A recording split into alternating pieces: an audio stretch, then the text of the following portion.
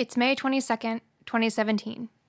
And 20 years ago today, my parents and I went to Walt Disney World for the first time. Hey Tyler, look at Daddy.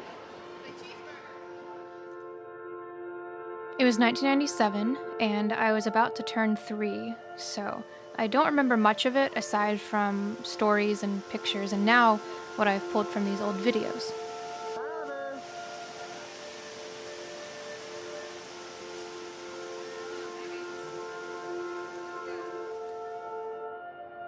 They were celebrating the 25th anniversary of the park, and the castle had been painted like a bright pink birthday cake, which is arguably the most 90s thing Disney could have possibly done to it.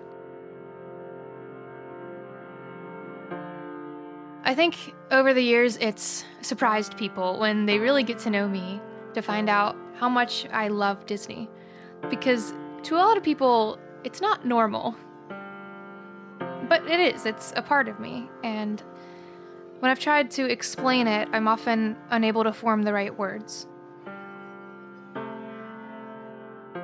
I know it started with an obsession with Snow White. For the first few years of my life, Snow White meant everything to me.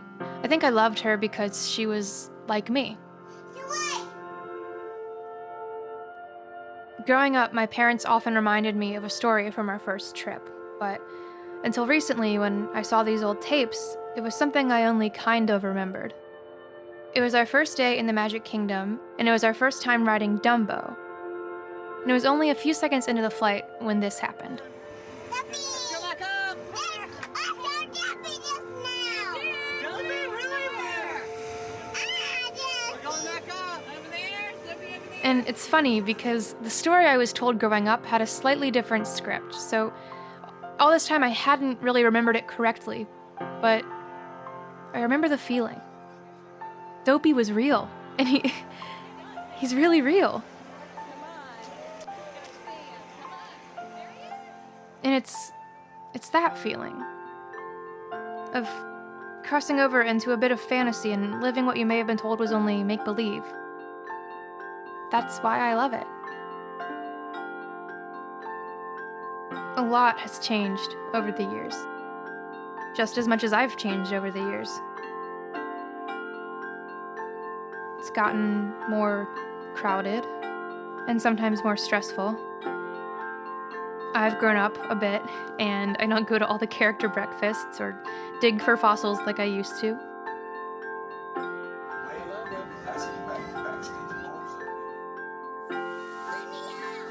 But a lot has stayed the same, too. It's still familiar enough to call home. A lot of people asked about living and working in Disney, if the magic ever wore off.